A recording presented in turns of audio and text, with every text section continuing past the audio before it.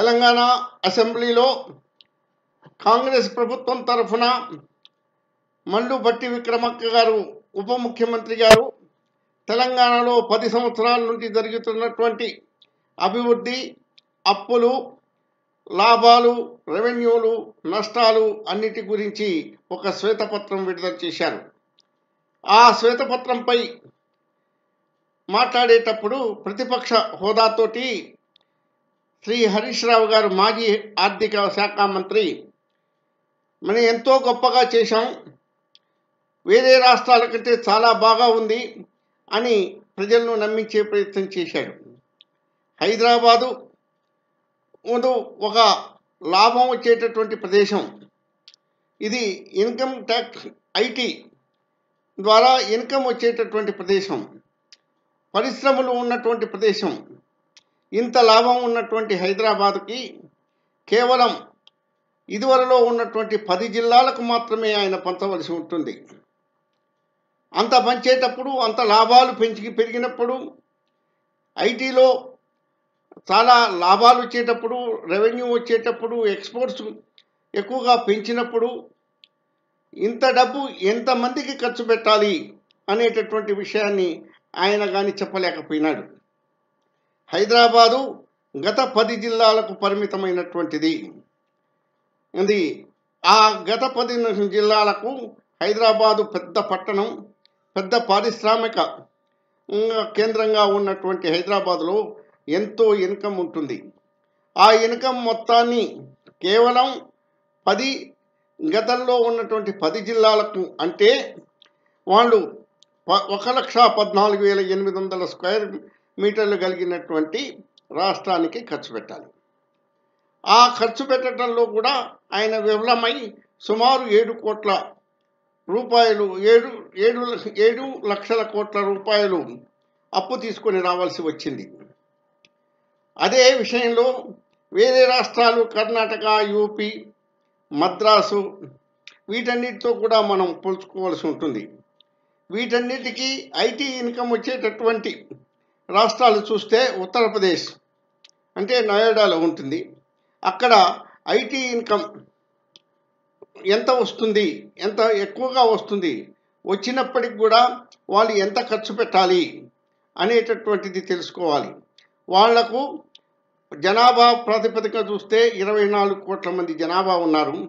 43,290 square మీటర్ల area ఉంది. ఆ సంపదనంతా ఇంత పెద్ద విస్తీర్ణాన్ని ఖర్చు పెట్టాల్సి ఉంటుంది. ఇదే క్రమంలో కర్ణాటకలో కూడా, బెంగళూరులో కూడా ఐటీ ఇన్కమ్ మనకంటే ఎక్కువగా ఉన్నప్పటికీ కూడా, సమానంగా ఉన్నప్పటికీ కూడా 7,17,00,000 మందికి ఖర్చు పెట్టవలసి ఉంటుంది. వాళ్ళ యొక్క విస్తీర్ణం చూస్తే 191,791 స్క్వేర్ కిలోమీటర్లు. అంతమందికి ఆ ఏరియాను డెవలప్ చేసుకుంటూ రోడ్లు కానివ్వండి, లేకపోతే ప్రజల సౌకర్యాలు తీర్చడానికి కానివ్వండి ఎంతో ఖర్చు పెట్టవలసి ఉంటుంది. వాళ్ళ ఖర్చు అవసరంగా ఎక్కువగా ఉంటుంది. ఇదే క్రమంలో తమిళనాడు, మద్రాసులో కూడా ఒక పెద్ద పట్టణం ఉంది, పెద్ద నగరం ఉంది, చెన్నై నగరం ఉంది. ఆ చెన్నై నగరం తమిళనాడులో 7,21,00,000 పాపులేషన్కి వాళ్ళు ఖర్చు చేయవలసి ఉంటుంది. 7,21,00,000 మందికి 13,60,000 స్క్వేర్ కిలోమీటర్లు ఇది ఖర్చు పెట్టవలసి ఉంది.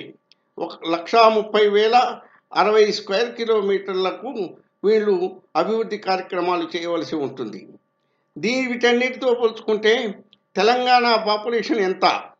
తెలంగాణ పాపులేషను 3,96,00,000 అంటే అదే 4 కోట్లు. 4 కోట్ల జనాభానికి ఏరియా ఎంత ఉంది?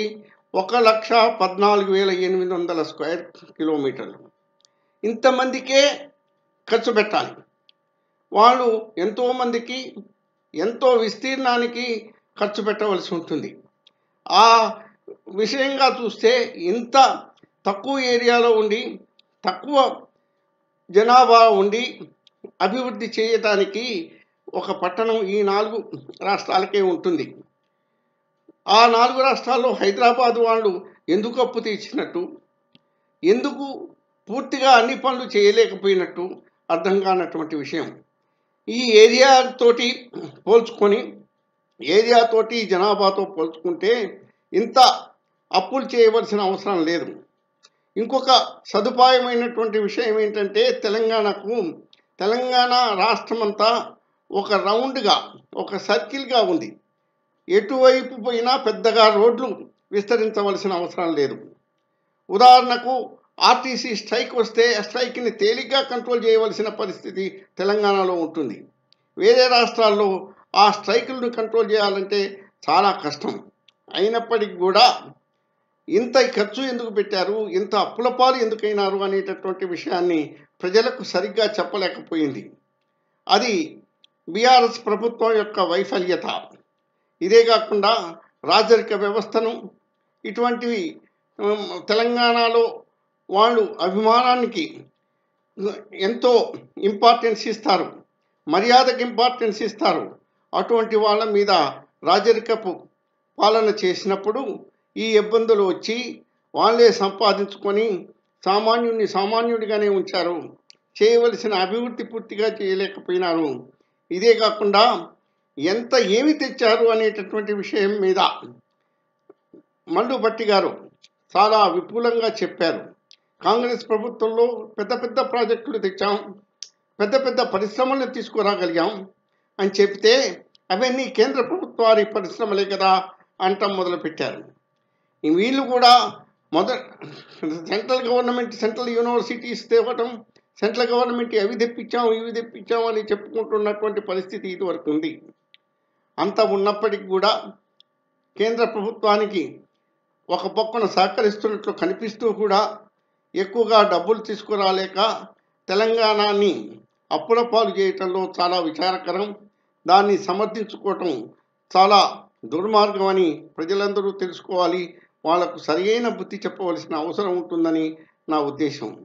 నా యొక్క ఈ యూట్యూబ్ వీడియో మీకు నచ్చినట్టయితే లైక్ చేయండి, షేర్ చేయండి, మీ యొక్క ఫ్రెండ్స్కి ఫార్వర్డ్ చేయండి. అప్పుడే అన్ని విషయాలు తెలుస్తాయి. అంటే ఓన్లీ ఆదాయ వ్యయాల గురించే మాట్లాడుతున్నారు కానీ వాళ్ళకు ఉన్నటువంటి పిల్లలంటే పిల్లలు ఎంతమంది, వేరే రాష్ట్రంలో ఉన్నటువంటి ఆ రాష్ట్ర ప్రజలు ఎంతమంది, ఆ రాష్ట్రంలో ఉన్నటువంటి ఏరియా ఎంతమంది, దానితోటి ఆ రెఫరెన్స్ తోటి మాట్లాడలేకపోయాడు హరీష్ రావు గారు. చాలా విచారకరం. ఈ విషయం అంతా తెలవాలంటే మీరు అందరికీ ఫార్వర్డ్ చేయండి.